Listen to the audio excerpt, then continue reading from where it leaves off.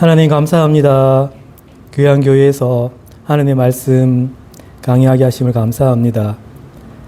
대구 3.1교회 주님 앞에 더욱 칭찬받는 귀한 교회 되게 해주시고 또 날로 날로 번성하는 귀한 교회 되게 해주시고 평안과 사랑이 있는 하나님께서 보호해 주시고 지켜주시는 귀한 교회 될 수 있기를 원하고 앞으로 계속 영적으로도 성장할 수 있는 귀한 교회 되기를 원합니다. 이 시간 함께하여 주시옵소서. 예수님 이름으로 기도드립니다. 아멘.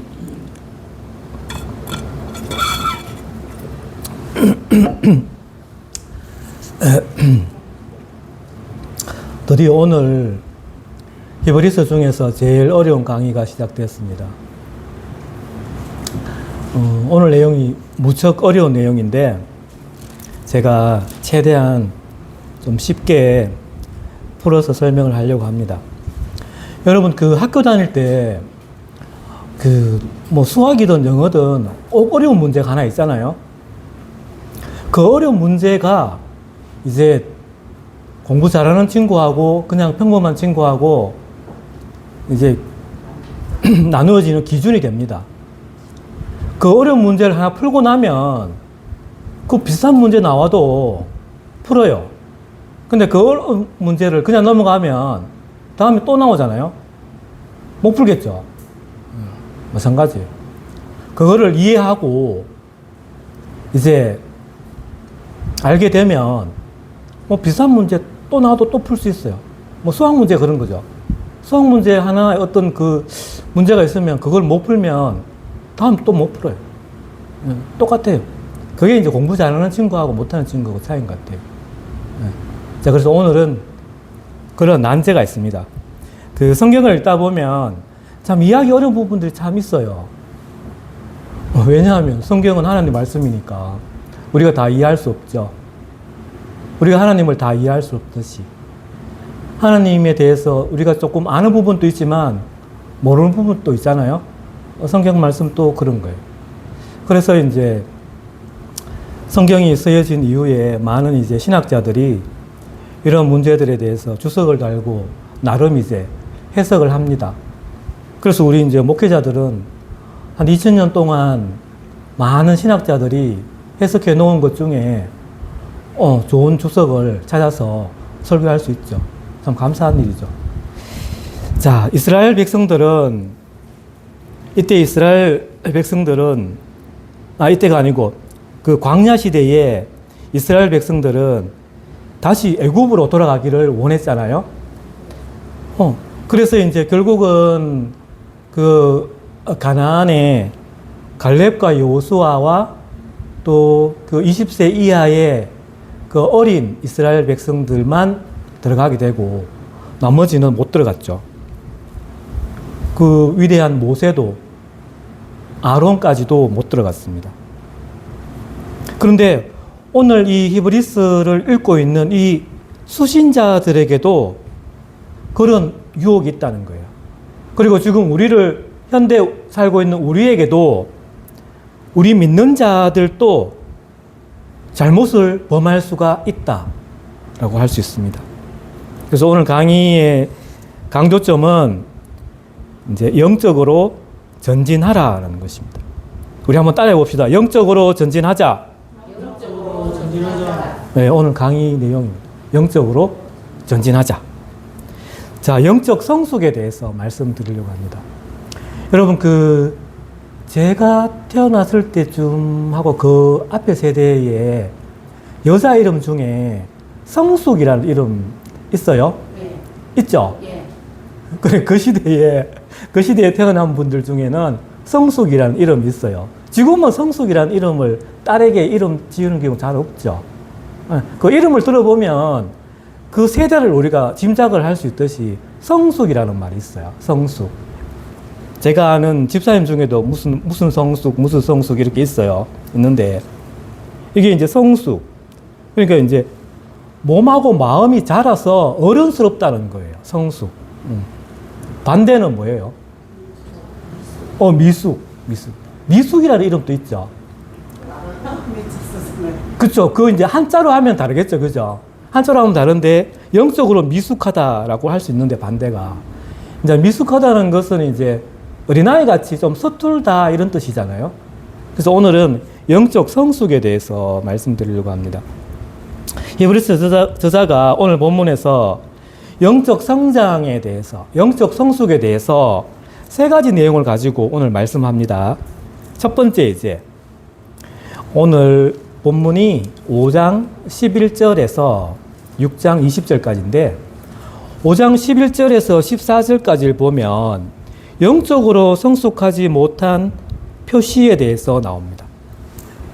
히브리서 5장 11절에서 14절까지 한번 우리 교독하겠습니다. 히브리서 5장 11절에서 14절까지 제가 먼저 봅니다. 멜기세덱에 관하여는 우리가 할 말이 많으나 너희가 듣는 것이 둔함으로 설명하기 어려우니라. 내가 오래 되었으므로 너희가 마땅히 선생이 되었을 텐데 너희가 가진 하나님의 말씀을 소거해서 우리에게서 가르침을 받아야 주주니 간단한 음식을 못 먹고 젖이나 먹어야 할 자가 되도다. 이는 젖을 먹는 자마다 어린아이니 의의 말씀을 경험하지 못한 자요. 간단한 음식은 장수한 자이시니 그들은 지옥을 사용함으로 연단을 받아 선악을 분별하는 자들이니라. 아멘. 자, 이제 그 히브리서 저자가 예수님이 그 앞절에 어떤 분이라고 이렇게 이야기를 했습니까? 앞절에. 네? 그렇죠, 그렇죠. 멜기세덱의 반차를 따른 대제사장이라고 이렇게 예수님에 대해서 칭호를 딱 했죠. 이게 히브리서 주제입니다. 멜기세덱의 반차를 따른 대제사장. 이게 히브리서의 주제예요. 그러니까 이 히브리서 저자가 예수님이 지금 하늘에서 제사장 일을 하고 계심을 지금 설명을 했습니다. 그런데 이 설명을 듣는 수신자들이 아직 배울 준비가 되어 있지 않다라고 이제 판단을 한 거예요. 그래서 첫 번째는 성숙하지 못한 표시로 11절에 보면 그 수신자들이 듣는 것이 둔하다라고 말씀하고 있죠. 둔하다. 말씀에 둔하다는 거예요. 둔하다. 이렇게 번역을 했습니다. 말씀에 둔하다. 영적인 태보의 첫 번째 표시가 성경에 대해서 둔해지는 거예요. 그 영적인 태보가 일어나는데 그것에 대한 표시가 성경에 대해서 둔해진다는 거예요. 우리가 신앙생활을 하는데 신앙생활은 앞으로 전진하든지 뒤로 퇴보하든지 둘 중에 하나예요. 중간지대는 잘 없어요. 거의 없어요. 앞으로 전진하든지 아니면 퇴보하든지 둘 중에 하나거든요. 근데 이 퇴보의 표시가 뭔가 하면 말씀에 둔해진다는 거예요. 그래서 성경 공부 시간이 지루해지고 또 설교 말씀을 들을 때 딴 생각하게 되고 또 영적인 것에 대해서 귀찮아지는 거 이런 표시가 일어난다는 거예요. 그러니까 말씀에 대해서 귀를 기울여서 그것을 받아들여서 행동해야 되는데 그런 능력이 없다는 거예요. 이 둔하다라고 이렇게 번역된 헬라어 원문은 게으르다라는 뜻이에요. 게으르다. 그러니까 말씀에 게으르다는 거예요. 그러니까 도대체 이 사람들이 무엇을 할 의욕이 없다는 거예요. 의욕 없는 사람들 있죠. 대책이 없잖아요. 게으르다는 거예요. 그러니까 말씀에 대한 어떤 열정, 갈망이 없다는 거예요. 그래서 말씀을 묵상해서 말씀에 적용하고 하려는 그런 의욕이 없는 상태. 이것이 둔하다라는 거예요. 그러니까 우리가 말씀에 대해서 묵상하고 또 말씀에 대해서 연구하고 또 체계적으로 연구하고 그래서 실천하고 이렇게 해야 되는데 그렇게 하지 않는 상태. 이것이 이제 둔하다는 거예요. 영적으로 퇴보가 일어나고 있다는 거예요. 바울이 데살로니가 교회에 대해서 되게 칭찬하는 글이 있습니다. 데살로니가 전서 2장 13절에 보면 이렇게 말씀하고 있죠. 데살로니가 전서 2장 13절입니다. 그러므로 우리가 하나님께 끊임없이 감사함은 너희가 우리에게 들은 바 하나님의 말씀을 받을 때에 사람의 말로 받지 아니하고 하나님의 말씀으로 받음이니 진실로 그러하도다. 이 말씀이 또한 너희 믿는 자 가운데 역사하느니라. 이렇게 말씀하고 있거든요. 그러니까 데살로니가의 교인들은 이 바울이 말할 때에, 바울이 그 말씀을 들을 때에 사람의 말로 받지 않고 하나님의 말씀으로 받는데, 그 말씀이 이 데살로니가 교회의 교인들에게 역사한다는 거예요. 효력 있게 일하신다는 거예요. 말씀이 일하신다는 거예요. 그러니까 칭찬받죠. 자, 두 번째, 영적으로 성숙하지 못한 표시가 두 번째 12절 상반절에 나옵니다. 여기 보면 나누지 못함. 12절 상반절을 보면 때가 오래되었으므로 너희가 마땅히 선생이 되었을 터인데, 이렇게 말하고 있습니다. 선생이 되어서 너희가 말씀을 가르치고 나누어 줘야 되는데 그렇지 못하고 있다는 거예요. 히브리서 수신자들이. 그러니까 영적 진리를 다른 사람들과 나누는 거, 이게 이제 영적으로 성숙한 사람들의 표시인 거예요. 우리가 가르치는 은사를 받은 사람들이 있습니다. 은사니까 하나님께서, 성령께서 주시는 건데, 모든 사람들이 다 가르치는 은사를 받은 것은 아니지만은 우리가 말씀을 배우면 그 말씀을 나눌 수는 있다는 거예요. 모든 성도들이. 수신자들은 이미 구원을 받은 사람들이에요. 그렇기 때문에 다른 사람들과 하나님의 말씀을 나눌 수가 있는데 나누지를 않고 있다는 거예요. 그래서 다른 사람들이 그 교회에 있는, 예를 들어서 이제 초신자도 있을 수 있고, 그런데 그런 사람들에게 영적인 성장을 도와줄 수 있는 그런 위치에 있는데 그렇게 하지 않고 있다는 거예요. 오히려 초보적인 가르침을 받아야 할 상황에 처해 있다는 거예요.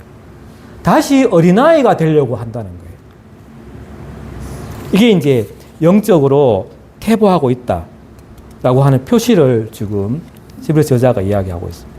그리고 세 번째는 어떤 이야기를 하냐면, 수신자들이 어린아이의 음식에만 익숙하다는 거예요. 12절 하반절과 13절에 보면 너희들은 말씀의 초보인데 젖이나 먹고 있다는 거예요. 단단한 음식을 먹지 않고 있다는 거예요. 자, 이 젖은 어린아이들에게는 꼭 필요하잖아요. 그런데 이제 어른들은 젖을 먹지 않잖아요. 다 자란 사람들은, 어른들은 젖을 먹지 않고 일반 이제 단단한 음식을 먹는다는 거잖아요. 자, 여기에서 이 젖은 하나님 말씀의 초보를 말합니다. 그러니까 초보. 아주 기초적인 초보. 영적으로 아주 기초적인 하나님 말씀의 초보는 젖으로 이렇게 비유한 거예요. 자, 그러면 단단한 음식은 뭡니까? 히브리서 저자가 단단한 음식이라고 말한 건데, 단단한 음식이 뭐예요? 여러분, 지금 단단한 음식을 먹어야 되는데 초보만, 어린아이들이 먹는 젖만 먹고 있다는 거예요. 이 단단한 음식은 무엇을 가리킨가요? 앞에 말했잖아요. 네? 가르칠 수 있는 거. 그러니까 이 10절을 말하고 있는 거예요. 10절. 예수님이 지금 하늘에서 대제사장으로 일하고 계신데 거기에 대한 가르침을 모른다는 거예요. 이게 이제 단단한 음식이에요. 그리고 히브리서 주제는 멜기세덱의 반차를 따르는 대제사장. 예수님이 이런 칭호를 가지고 있다는 거예요. 예수님이 지금 하늘에서 제사장의 역할을 하고 있다는 거예요. 그걸 지금 주제거든요. 근데 여기에 대해서는 모른다는 거예요. 예수님의 삼중직이 있잖아요. 예수님은 선지자고 왕이고 제사장이잖아요. 이 삼중직. 그러니까 세상 모든 사람들 중에 이 삼중직을 가지고 있는 사람이 없어요. 구약에는 이스라엘에 왕도 있었고 제사장도 있고 선지자도 있지만 이 세 가지를 한꺼번에 가지고 있는 사람이 없었어요. 한 명도. 두 개를 가지고 있는 사람은 가끔 있었어요. 그죠? 선지자이면서 제사장인 경우는 있었어요. 근데 선지자이면서 제사장이면서 왕인 사람은 없었던 거예요. 예수님이 그런데 이 히브리서 저자는 제사장의 지금 직무에 대해서 예수님의 직무에 대해서 초점을 맞춰서 이야기하고 있는 거예요. 자, 그리고 14절에 보면 이 영적으로 지금 태보가 일어났는데 성숙하지 못한데 그 네 번째로는 14절에 보면 말씀을 사용하는데 서툴다는 거예요. 14절에. 우리가 말씀 안에서 성장을 하면 일상생활 속에서 말씀을 사용을 할 줄 알아요. 그러니까 말씀 안에서 성장을 하게 되면, 영적으로 성장을 하게 되면 일상생활에서 말씀을 사용한다는 거예요. 말씀이 생각이 나서 그 말씀을 사용하고 적용한다는 거예요. 그 적용을 하게 되면 이제 영적인 감각이 훈련이 되고 분별력이 생긴다는 거예요. 어린아이들은 분별력이 없잖아요. 이게 뭔지 잘 모르잖아요. 근데 성숙한 어른들은 이제 분별력이 생겨서 알잖아요. 그래서 성숙한 신자도 이렇다는 거예요. 말씀을 적용해서 영적인 감각력이 생기고 분별력이 생긴다는 거예요. 근데 말씀에 초보가 있는 사람들은 텔레비전이나 유튜브에서 나오는 아무 설교나 막 듣는 거예요. 분별력이 없으니까. 그 설교가 진짜 성경적인지 아닌지 구별을 못 하는 거예요. 자, 6장, 이제 6장으로 넘어갑니다. 6장, 영적 성숙으로의 초대. 자, 그래서 우리는 이제 이 세상에 태어날 때는 어른으로 태어나지 않잖아요. 다 어린아이로 태어납니다. 그것이 유일한 방법이죠. 그런데 그 어린아이가 계속 어린아이로 있으면 이제 문제가 되는 거잖아요. 어린아이가 성장하지 않으면 비극이잖아요. 하나님께서도 자기 자녀들이 이렇게 성장하기를 기대하고 계신 거예요. 모든 자녀들이 성장하기를 원하시는 거예요. 자, 6장 1절에서 3절까지를 보면 첫째로 영적 성숙으로의 초대는 영적 전진에 대한 요구다. 이렇게 말씀하고 있습니다. 6장 1절에서 3절까지 우리 한 목소리를 읽어보겠습니다. 시작. 그러므로 우리가 그리스도의 도의 초보를 버리고 죽은 행실을 회개함과 하나님에 대한 신앙과 세례들과 안수와 죽은 자의 부활과 영원한 심판에 관한 교훈의 틀을 다시 닦지 말고 완전한 대로 나아갈지니라. 아멘. 하나님께서 허락하시면 우리가 이것을 하리라. 아멘. 자, 우리가 전진하려면 그 어린아이의 일을 뒤로 하고 영적인 성장을 할 수 있도록 앞으로 나아가야 된다는 거예요. 우리가 아주 어릴 때는 이제 글을 읽기 위해서 기역, 니은, 디귿도 배우고 뭐 가나다도 배우고 이렇게 하잖아요. 그래서 문장을 읽고 글을 읽기 시작하잖아요. 그런데 초등학교를 지나서 중학교가 되었는데 아직도 기역, 니은을 배우고 있으면 안 되잖아요. 이상한 일이잖아요. 어린아이가 먹고 자고 공부하고 운동하면서 자라갑니다. 하나님께서 정해놓으신 질서에 따라서 매일매일 자랍니다. 성장해서 어른이 됩니다. 우리 성도들도 자라는 것이 자연스럽다는 거예요. 성장하지 않는 것이 오히려 이상한 것이라는 거예요. 이 히브리서 저자는 성도의 기초 6가지 대해서 말씀하고 있거든요. 여기 보면 죽은 행실을 회개하는 것, 하나님에 대한 신앙, 세례, 안수, 죽은 자의 부활, 영원한 심판. 그래, 이거는 교회 다니는 이제 초보들은 다 아는 내용이라는 거예요. 이게 기초라는 거예요. 여기에서 더 성숙해야 된다는 거예요. 자, 여러분 회개가 뭡니까? 죽은 행실을 회개함. 여기 죽은 행실은 이제 죄를 말하잖아요. 그 죄를 회개한다. 우리가 회개하잖아요. 회개라는 게 뭡니까? 회개라는 게 우리가 죄에 대해서 어떤 그런 양심의 뭐 가책으로 끝나는 것이 아니라 회개는 마음에 변화가 생겨서 죄로부터 완전히 돌아서는 거잖아요. 이거는 사람의 힘으로 안 돼요. 이거는 하나님의 은사죠. 회개가 있습니다. 또 그리고 하나님에 대한 신앙. 하나님에 대한 신앙은 뭔가 하면 광야 세대가 가나안 그 정착에 실패한 이유가 뭐예요?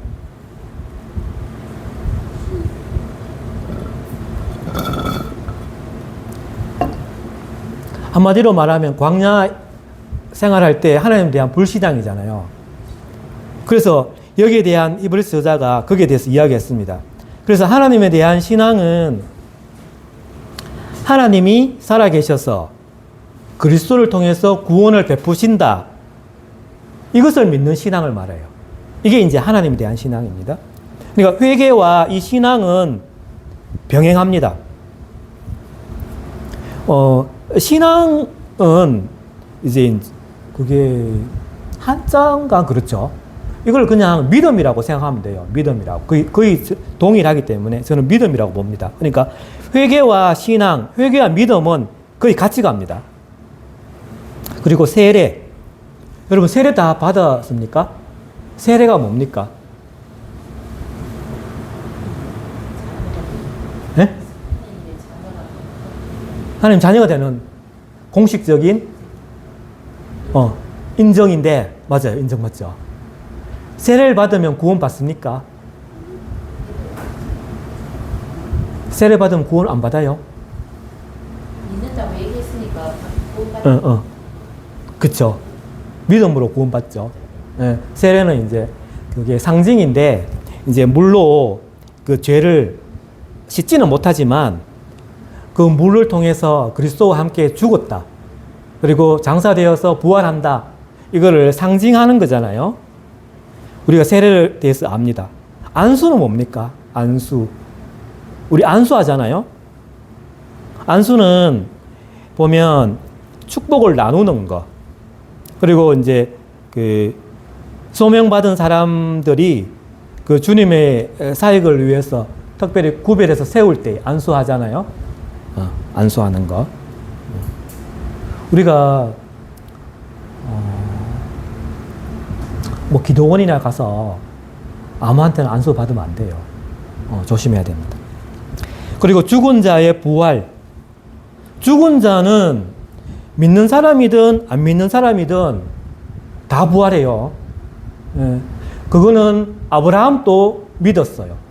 아브라함이 이제 이삭을 데리고 제사 들어갈 때 보면 종들에게 이야기합니다. 우리가 제사 지내고 우리가 돌아오겠다고 이야기하거든요. 그러니까 아브라함은 부활을 믿었는 것 같아요. 그리고 바리새인들도 믿었어요. 부활에. 안 믿은 집단이 있었잖아요. 사두개인이 안 믿었잖아요. 그래서 예수님께서 이 사두개인들의 그 반론을 뒤집어 엎으시면서 강조한 것이 부활입니다. 죽은 자의 부활. 그리고 이제 영원한 심판. 이라고 되어 있습니다. 영원한 심판. 영원한 심판. 영원한 심판은 심판 과정이 영원한 것이 아니고 또 뭐 심판받는 날이 영원한 것이 아니고 한 번 심판받으면 그 결과가 영원하다는 거예요. 이게 무서운 거예요. 영생이든 영벌이든 한 번 심판을 받으면 그 결과가 영원히 이어집니다. 네. 심판 결과가 영원하다는 뜻이죠. 자, 그래서 히브리서 저자는 너희들 이제 여기 6가지의 기초가 있는데 기초를 닦았으니 이제 앞으로 전진하라는 거예요. 오늘 내용이에요. 우리 한번 따라해 봅시다. 기초를 닦았으니 이제 앞으로 전진하자. 이게 이제 오늘 강의 주제잖아요. 히브리서 저자가 이렇게 이야기하는 거예요. 너희들 기존 기초가 있다. 이 6가지 기초가 있다. 그러니까 앞으로 전진해라는 거예요. 머뭇거리지 말고 전진하라는 거예요. 이렇게 할 때에 하나님께서 장석케 하신다는 말씀을 하고 있습니다. 그러면서 6장 4절에서 7절까지, 6절까지 이 3절을 한번 같이 봉독하겠습니다. 6장 4절에서 6절까지입니다. 시작. 한번 빛을 받고 하늘의 은사를 맛보고 성령에 참여한 바 되고 하나님의 선한 말씀과 내세의 능력을 맛보고도 타락한 자들은 다시 새롭게 하여 회개하게 할 수 없나니 이는 그들이 하나님의 아들을 다시 십자가에 못 박아 드러내놓고 욕되게 함이라. 아멘.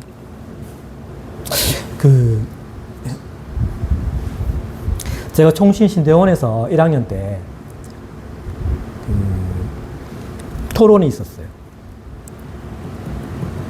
한번 구원받은 자가 타락할 수 있는가? 한번 구원받은 자가 배신할 수 있는가? 여러분, 교회 생활을 하다 보면 교회 열심히 다니다가 세상으로 돌아간 사람이 있어요. 이 신약에도 그런 사람 있죠. 바울이 이야기한 사람 있잖아요. 대만가? 뭐 있어요. 그래서 토론이 있었어요. 한 번 구원은 영원한 구원인가? 신자도 배반할 수 있는가? 거기에 대해서 토론이 있었는데 막 이렇게 의견이 갈리는 거예요. 의견이 막 갈렸어요. 여러분 어떻게 생각하세요? 구원받은 신자가 구원을 잃어버릴 수 있는가? 신자가 배반할 수 있는가? 거기에 대한 내용이 오늘 이제 6장 4절에서 6절. 자, 이 내용이 해석하기가 참 어려운, 성경 중에서 참 해석하기 어려운 부분 중에 하나입니다. 우리가 성경을 이제 볼 때에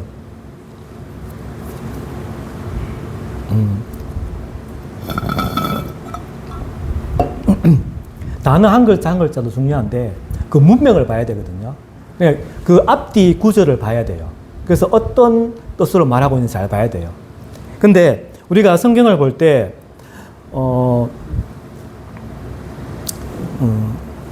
이 구절하고 관련되는 구절도 있잖아요. 관련구.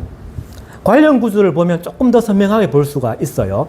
그리고 여기에 대해 내용은 아주 좀 작은데 여기에 대해서 더 자세하게 설명해 놓은 성경 부분이 있단 말이에요. 그럼 거기까지 찾아보면 조금 더 이해가 돼요. 그렇잖아요. 그죠? 우리가 제사에 대해서 잘 모르지만 그 제사에 대해서 알려면 우리 어느 책을 보면 돼요? 레위기를 보면 조금 이해가 되잖아요. 제사에 대한 부분. 또 그리고 예수님에 대해서 알려면 어느 책을 보면 돼요? 네? 네? 요한복음.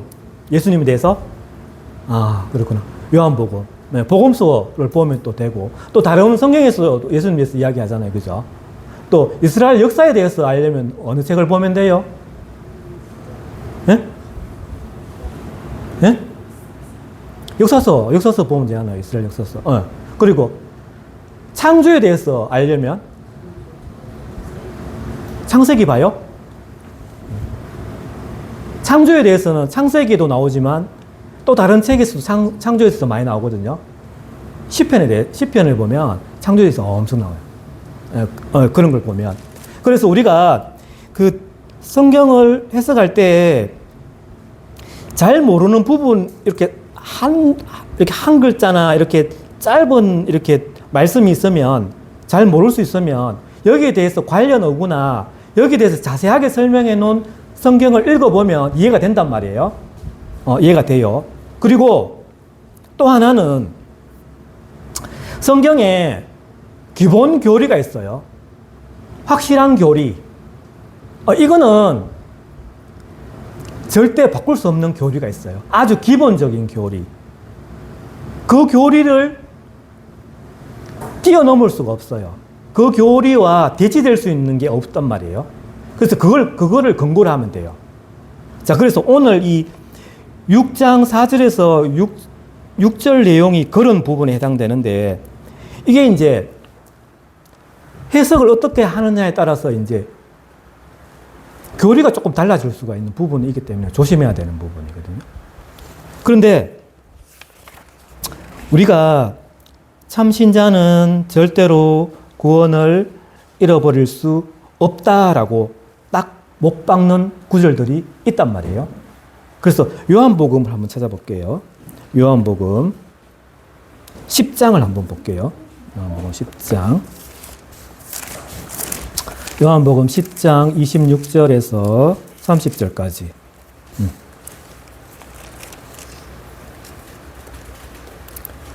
요한복음 10장 26절에서 30절까지 한번 읽어볼게요. 시작. 너희가 다 내 양이 아니므로 믿지 아니하는도다. 내 양은 내 음성을 들으며 나는 그들을 알며 그들은 나를 따르느니라. 내가 그들에게 영생을 주노니 영원히 멸망하지 아니할 것이요 또 그들을 내 손에서 빼앗을 자가 없느니라. 그들을 주신 내 아버지는 만물보다 크심에 아무도 아버지 손에서 빼앗을 수 없느니라. 나와 아버지는 하나이니라 하신대. 아멘. 그러니까 예수님은 자기 양을 다 알고 있다는 거예요. 그리고 그 양은 예수님을 음성을 알고, 그래서 예수님은 그들을 빼앗기지 않는다는 거예요. 빼앗기지 않아요. 그래서 하나님 성부께서 예수님에게 맡기신 모든 양들을 빼앗기지 않는다는 거예요, 예수님은. 자, 로마서 8장이죠. 로마서 8장 한번 볼게요. 로마서 8장 1절. 로마서 8장 1절 한번 볼게요. 시작. 그러므로 이제 그리스도 예수 안에 있는 자에게는 결코 정죄함이 없나니. 아멘. 예수 믿는 사람한테는 결코 정죄함이 없다. 결코라는 말이 있어요. 결코. 결코 정죄함이 없어요. 그리고 8장 38, 39절이잖아요. 한번 읽어봅시다. 시작. 내가 확신하노니 사망이나 생명이나 천사들이나 권세자들이나 현재일이나 장래일이나 능력이나 높음이나 기쁨이나 다른 어떤 피조물이라도 우리 주 그리스도 예수 안에 있는 하나님의 사랑에서 끊을 수 없으리라. 자, 예수님도 바울도 이야기하고 있죠. 그 사랑 안에서 끊을 수 없다는 거예요. 어떤 것도. 사망이나 생명이나 천사들이나 권세자들이나 어떤 것도 끊을 수가 없다. 그래서 한 번 구원은 영원한 구원이다. 이게 이제 성경 여러 곳에서 말하고 있는 교리예요. 한 번 구원은 영원한 구원. 한 번 구원받으면 다시 구원을 빼앗기지 않는다는 거예요. 여러분, 해병대 구호 아세요? 해병대 구호. 해병대 구호가 있잖아요. 해병대에서 하고 있는 구호 있잖아요. 한 번 해병은 영원한 해병. 해병대 나온 사람 있어요? 한 번 해병은 영원한 해병. 그 해병들은 제대하고 나서도 그 선배에 대해서 깍듯하게 예의를 갖추잖아요. 그렇죠. 한 번 해병은 영원한 해병. 우리는 한 번 구원받으면 그게 영원한 구원이에요. 빼앗기지 않아요. 자, 이게 기본 성경의 교리입니다. 그래, 이걸 바탕으로 이제 성경의 다른 구절들을 해석할 수가 있어요. 이거는 변함이 없는 진리거든요. 이걸 흔들 수가 없어요. 그래서 그 총신대에 있을 때 교인 중에 배반하는 사람은 그 사람은 교인이었나? 신자였나? 이렇게 이제 생각을 하게 되는 거죠. 그래서 이제 결론 중에 이제 한 부분이, 그 사람은, 배반한 사람은 참 신자가 아니었다. 이렇게 이제 해석을 하는 부분류가 있었어요. 그래서 그게 이제 어느 정도 이제 주류가 됐어요. 그 사람은 진짜 믿은 게 아니었다. 이렇게 이제 결론이 난 거예요. 자, 그래서 한 번 구원은 영원한 구원. 이게 이제 기본 교리로 해서 이 구절을 읽어보면 돼요. 그래서 왜 히브리서 저자가 이 구절을 여기에 넣어서 이 수신자들에게 이런 조금 어려운 구절을 넣어서 이해하겠느냐 하는 것에 대해서 이야기하는 거예요. 그런데 여기 이제 자세히 보면 4절에 보면 이제 한 번 빚을 받았다라고 말하고 있어요. 어떤 사람이. 그리고 하늘의 은사를 맛보았다. 그래서 성령에 참여한 바 되었다라는 거예요. 여러분, 한 번 빚을 받은 사람이 구원을 받았다는 거예요. 한 번 빚을 받았다. 그래, 경험이 있다는 거예요. 구원의 경험. 구원의 경험이 한 번 있었다는 거예요. 그리고 그 다음에 뭐예요? 하늘의 은사를 맛보았다. 하늘의 은사를 맛보았다라고 말하잖아. 우리가 앞에 강의에서 보면 예수님이 죽음을 맛보았다라고 말했잖아요. 그러니까 맛만 살짝 본 게 아니고 죽음을 경험했다는 거거든요. 예수님이 십자가에서 완전히 죽음을 경험하신 거예요. 그냥 맛만 본 게 아니고. 그러니까 하늘의 은사를 맛보았다는 것은 같은 뜻이는 거예요. 그래서 직접 체험했다는 거예요. 하늘의 은사를 체험했다는 거예요, 여러분. 그리고 성령에 참여한 바 되었다라고 하는 거죠. 그러니까 성령님을 공유한 사람이었다는 거예요. 그러니까 이러한 사실로 볼 때 여기에 4절에 있는 이 사람은 참신자라고 결론을 지을 수가 있는 거예요. 참신자다. 그래서 이 저자는, 히브리서 저자는 진리를 증명하기 위해서 이 상황을 가정해서 묘사한 것이라고 할 수 있는 거예요. 그러니까 어떤 상황을 가정한 거예요. 이 상황을. 그러니까 믿는 사람이 이런 경우에 있다라고 가정을 한 거예요. 그래서 이 9절에 보면 이렇게 말합니다. 사랑하는 자들아. 히브리서 저자가 수신자에게 이게 사랑하는 자들아 이렇게 말하면서 우리가 이같이 말하나 너희에게는 이보다 더 좋은 것, 곧 구원에 속한 것이 있음을 확신하노라. 이렇게 말하는 거예요. 그래, 9절을 참고하면 저자가 이렇게 말하는 겁니다. 너희가 계속 성장하지 못한다라고 가정을 한번 해보라. 그렇다고 해서 너희가 예전에 저주받은 상태로 되돌아가서 구원을 잃어버릴 수가 있겠느냐? 절대로 그럴 수 없다는 거예요. 만약에 너희가 혹시라도 구원을 잃어버릴 수 있다면 그 구원을 다시 회복할 수는 없다는 거예요. 왜냐하면 그것은 예수님을 욕되게 하는 것이 되기 때문이죠. 그리스도께서 너희를 위해서 또 한 번 십자가에 못 박혀야 한다는 말이 되기 때문이죠. 이런 일은 절대로 있을 수가 없다는 거예요. 예수님의 그 십자가 죽음은 단 한 번 이루어지는 거예요. 다시 이루어질 수가 없다는 거예요.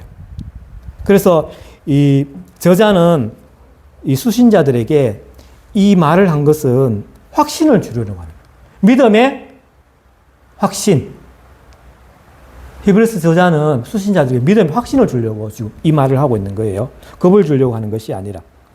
자, 다음입니다. 셋 절에 보면 영적 전진은 열매를 맺는다는 거예요.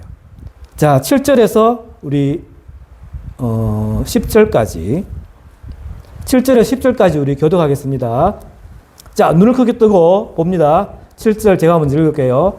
땅이 그 위에 자주 내리는 비를 흡수하여 밭가는 자들이 거기에 합당한 채소를 내면 하나님께 복을 받고 나는 다시 원망기를 내면 우리가 하고 저주함을 받고 그날에는 불쌍히를 이기고 사랑하는 자들아 우리가 이같이 말하나 너희에게는 이보다 더 좋은 것 곧 구원에 속한 것이 있음을 확신하노라.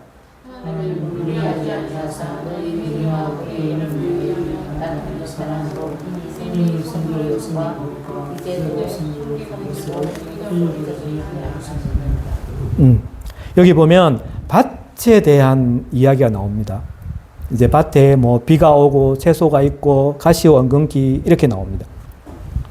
이 밭에 대한 예화는 그 예수님의 그 씨 뿌리는 비유를 생각나게 하고 또 바울이 또 고린도전서 3장에서 이 불로 시험하는 것 거기에 대한 가르침을 생각나게 하잖아요. 여러분 밭을 한번 생각해 보세요. 이 밭이 있어요. 밭의 가치는 뭐예요? 이 밭이 왜 있어요? 열매를 얻기 위한 거죠. 그죠? 우리가 뭐 사과밭이든 복숭아밭이든 오이밭이든 열매를 얻기 위해서 밭을 우리가 농사 짓잖아요. 그런데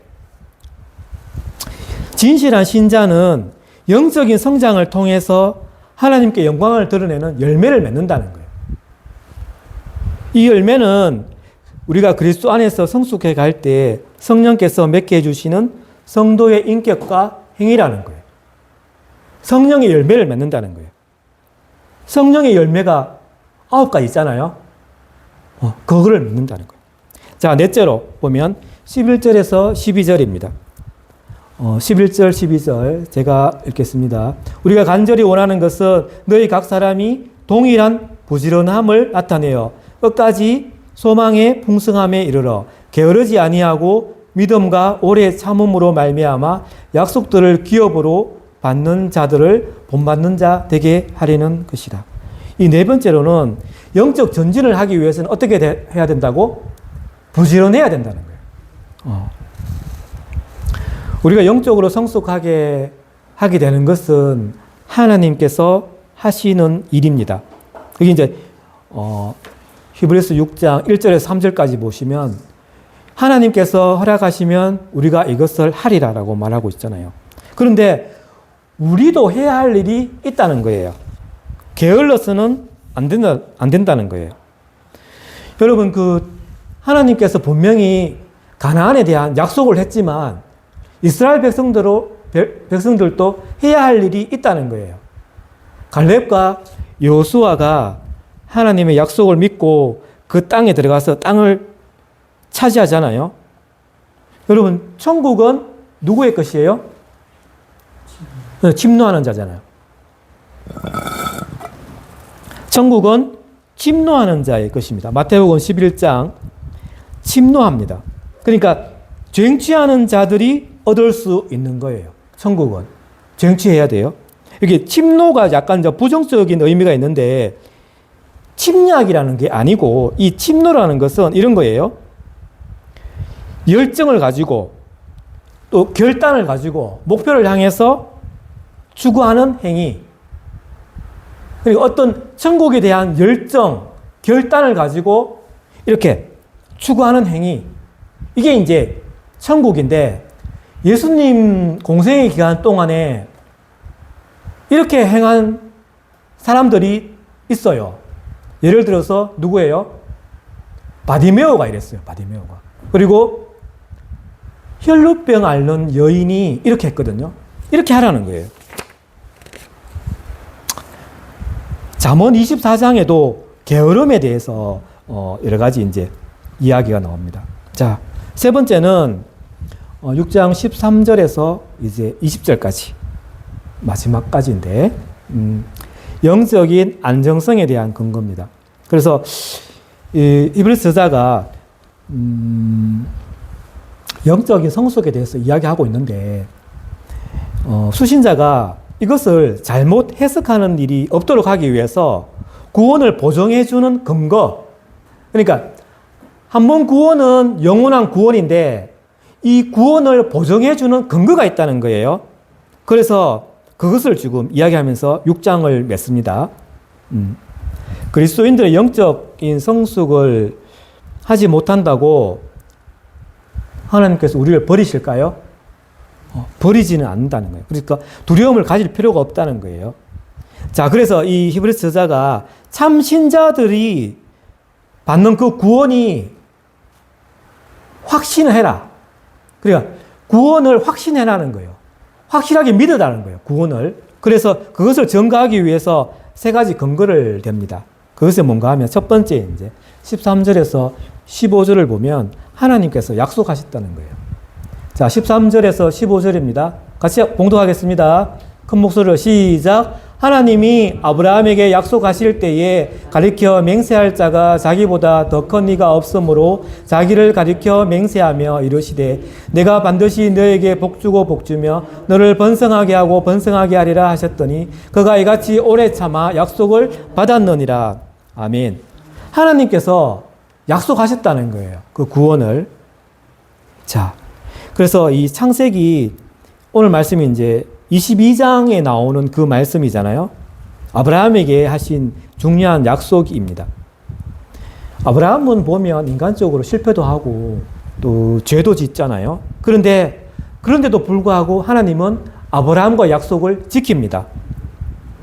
우리가 보면 많은 경우에 하나님과 인간이 약속을 했는데 그 약속은 하나님의 지키죠. 하나님이 신실하시죠.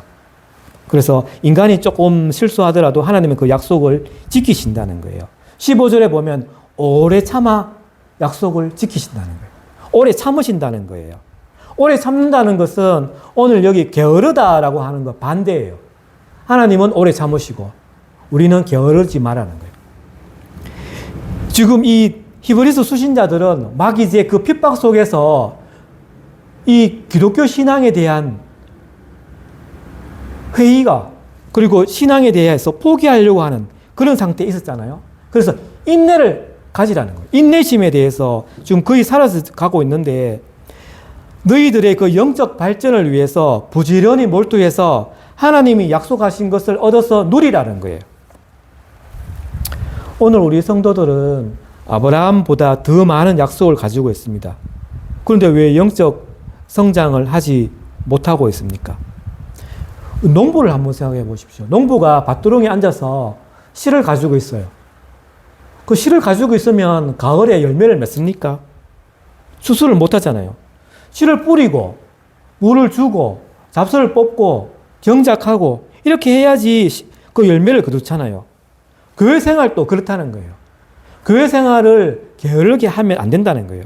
그래서 교회 생활을 게을르게 했는데 수확을 거둘 수가 없다는 거예요. 교회 생활을 이렇게 뭐 성경도 안 읽고 기도도 멀리하는 그 신자가 풍성한 수확을 거둘 수가 없다는 거예요. 자, 두 번째로는 하나님께서 맹세하신다는 거예요. 하나님께서 약속도 주시고 맹세까지 하신다는 거예요. 그래서 구원을 확실하는 거예요. 말입니다.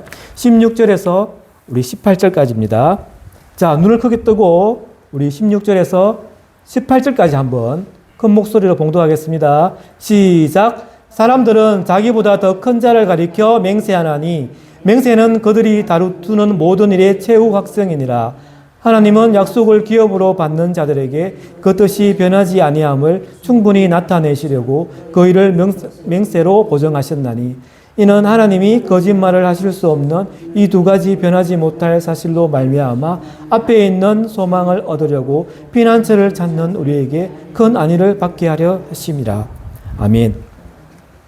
여기 보면 하나님께서는 아브라함에게 약속도 하시고 또 맹세까지 하셔서 그 약속을 확정해 주시거든요. 그래서 우리는 우리가 맹세할 때 더 큰 자를 가리켜서 맹세합니다.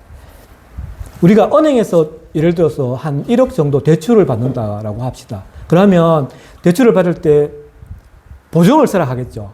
그러니까 보증을 설 때 어떻게 합니까?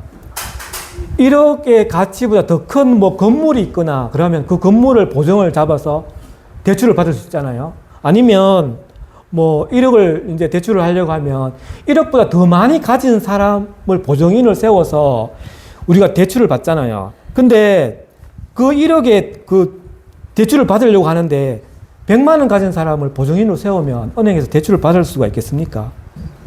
세울 수가 없다는 거예요. 그래서 우리는 맹세를 할 때 우리보다 더 큰 사람한테 맹세를 건다는 거예요. 근데 하나님은 맹세할 때 하나님보다 더 큰 분이 없잖아요.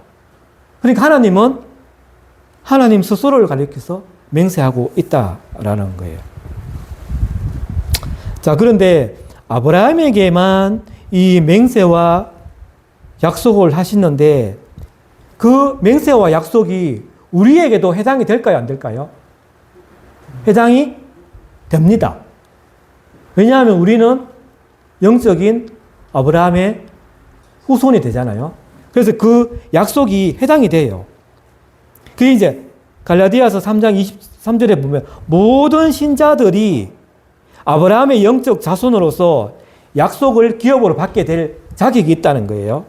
그래서 하나님의 그 약속과 맹세가 우리 구원의 확실성을 보증해 준다는 거예요. 그러니까 그 구약의 아브라함이 약속을 받고 하나님의 맹세를 받았듯이 우리는 그 자손이기 때문에 하나님의 약속과 맹세를 보증을 받을 수 있다는 거예요. 그 구원의 확실성에 대한 보증을 준다는 거예요. 그래서 우리는 우리 앞에 놓인 그 소망에 대해서 안위할 수 있고 격려를 얻게 되는 거죠. 그래서 히브리서 저자는 우리를 이제 어떻게 한다? 용기를 북돋아 주는 거예요. 지금 핍박을 받고 있는 이 히브리서 수신자들에게 용기를 주려고 하는 거예요. 18절에 보면 피난처에 대해 나옵니다. 피난처를 찾은 우리의 피난처 대신은 예수님 대해서 나오잖아요. 피난처 하면 우리가 이제 민수기 35장에 나오는 그 도피성을 우리가 생각나게 할 수 있어요. 그래서 예수님이 우리의 도피성, 피난처가 된다는 거예요. 우리가 예수님께 피하잖아요. 우리는 우리의 그 영원한 피난처가 되시는 예수님이 되잖아요. 그리고 또한 예수님은 히브리서에서 누구라고 말합니까? 멜기세덱의 반차를 따르는 대제사장이라고 말하잖아요. 그러니까 여기 보면 5장 10절에 보면 멜기세덱의 반차를 따르는 대제사장이라고 이렇게 히브리서 저자가 딱 이야기를 해요. 그러면서 이제 히브리서 5장 11절에서부터 히브리서 6장 20절까지 본문이 있는데 이 부분은 따로 이제 떼어넣어서 이게 첨가된 부분인데 히브리서 저자가 지금 말하고 있는 게 뭔가 하면 멜기세덱의 반차를 따르는 대제사장에서 이야기를 하고 있어요. 그런데 히브리서 수신자들이 이 내용에 대해서 모른다는 거예요. 말씀에 둔해서 그 이야기를 지금 하고 있는 거예요. 그러면서 다음 7장에 가서 이제 계속 이제 그 본문이 이어져 나갑니다. 그러니까 다음 주에는 이 멜기세덱에 대해서 이야기를 하는 거예요. 강의가 있다는 거예요. 그래서 이 부분은 히브리서 저자가 예수님이 그 멜기세덱의 반차를 따른 대제사장에 대한 그 칭호를 이야기하면서 중간에 이제 삽입된 내용이에요. 그래서 영적 성숙에 대해서 지금 이야기하고 있는 거예요. 내가 지금 이 부분을 지금 설명을 하려고 하는데 지금 수신자들이 어때요? 영적인 상태가? 이거를 지금 받아들일 만큼 단단한 음식을 못 먹고 있다는 거예요. 그래서 거기에 대해서 지금 이야기하고 있는 거예요. 그러면서 7장에서 멜기세덱에 대해서 다시 이제 이야기하고 있습니다. 그 세 번째로는 이제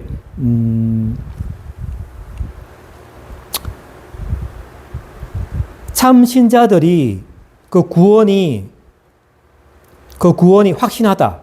그러니까 한 번 구원은 영원한 구원이다. 이 구원의 안정성. 그러니까 이게 흔들리지 않는다라는 것을 확신하기 위해서 첫 번째는 하나님께서 그렇게 약속하셨다.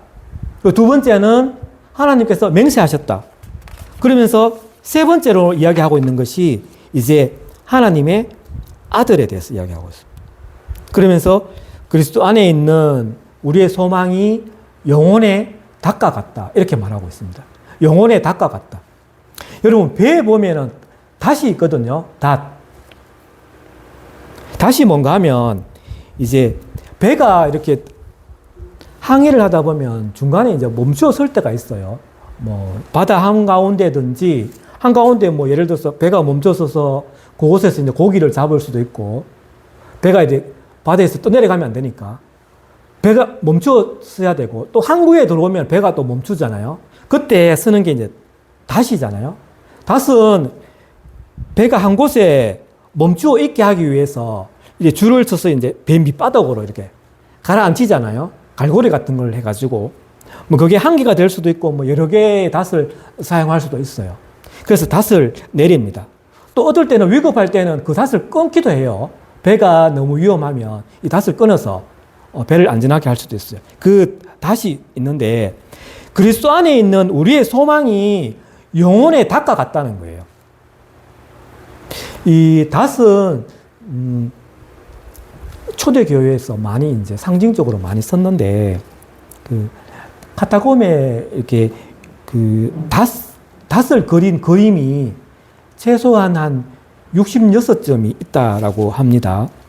그 카타콤에 그 초대교회 피난처였던 카타콤에 이 닷을 그린 그림이 최소한 66점이 발견됩니다. 이 닷에 대한 이미지가 있어요.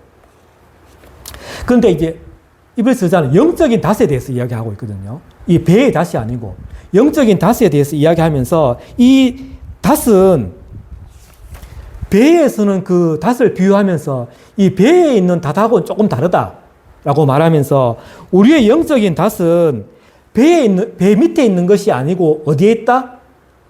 우리의 영적인 닷은 하늘에 있다. 하늘에 있다. 하늘 위에 둔다라고 말하고 있는데 이 배 밑에 있는 닷은 배가 멈추어 있기 위해서 서는 건데 하늘에 있는 이 닷은 멈추기 위해서 있는 것이 아니라 어떻다? 전진하기 위해서, 영적으로 전진하기 위해서 있다라고 말하고 있는 겁니다. 배 밑에 있는 그 닷은 끊어질 수가 있잖아요. 근데 하늘에 있는 그 영적인 닷은 끊어지지 않는다는 거예요. 그래서 확실하다는 거고, 배 밑에 있는 그 닷은 미끄러질 수가 있잖아요. 갈고리를 이렇게 걸어놨지만 그게 미끄러져서 배가 움직일 수 있지만은 하늘에 있는 닷은 든든하다는 거예요. 그리고 세상에 있는 그 어떤 닷보다 하늘에 있는 그 닷은 더 안전하다라고 말하고 있습니다. 그래서 영혼의 닷, 이것은 우리의 소망에 대해서 이야기하고 있습니다. 20절에 보면, 여기 보면, 휘장 안에 들어가서 앞서가신 예수님에 대해서 이야기하고 있잖아요. 19절 하반절에 보면 휘장 안에 들어가서 앞서가신 예수님. 그러니까 예수님이 대제사장이잖아요. 대제사장. 구약의 대제사장이 지성소로 들어가잖아요. 근데 우리는 대제사장이 지성소로 들어갈 때 따라갈 수가 없어요. 일반 백성들은. 그런데 예수님께서 휘장 안으로 들어가서 앞서 가시는데 우리는 그 예수님을 따라갈 수 있다 라고 지금 이야기하고 있는 겁니다. 그래서 예수 그리스도는 장차 우리가 그 뒤를 따라 하늘까지 갈 수 있는 그러한 분이다. 그 예수님의 그 뒤를 따라간다는 거예요. 지성소까지 가신 그 예수님, 그 대제사장의 그 길을 우리가 앞서 가신 그 예수님을 따라간다는 거예요. 그 뒤를 따라서 하늘까지 갈 수 있다 라고 지금 이야기하고 있는 겁니다. 저자는 이 신자들이 계속 성숙해야 하며 또 하나님께서 이 일을 가능하게 하신다는 거예요. 영적인 성숙을 하나님께서 가능하게 하시는데 우리들도 그렇게 부지런히 따라가야 된다는 것을 이 마음에 새기기를 바라는 거예요. 히브리서 저자는 지금 여기 히브리서에서 5가지 권면을 중간중간에 넣어 놓고 있어요.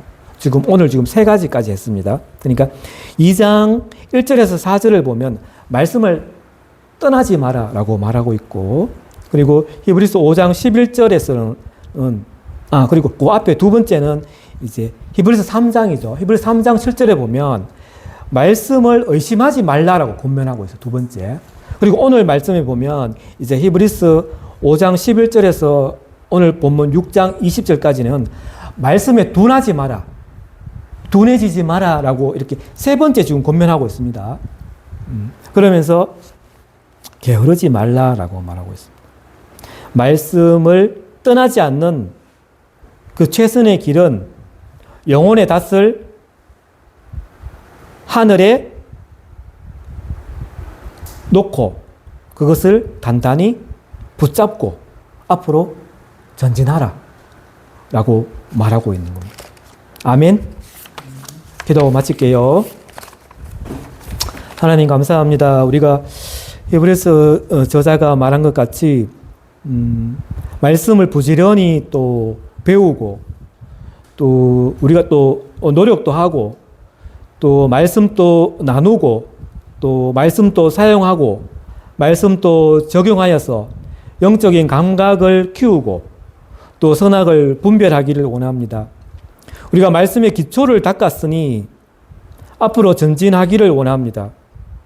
우리의 인격, 우리의 행위가 성령의 그 9가지 열매로 맺게 하여 주십시오.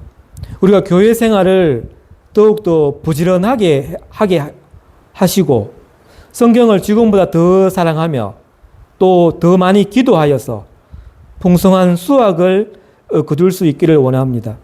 우리가 영적으로 계속 성숙해 가며 예수 그리스도를 따라가는 우리 모든 자들이 되게 하여 주옵소서. 예수님의 이름으로 기도하옵나이다. 아멘. 수고했습니다.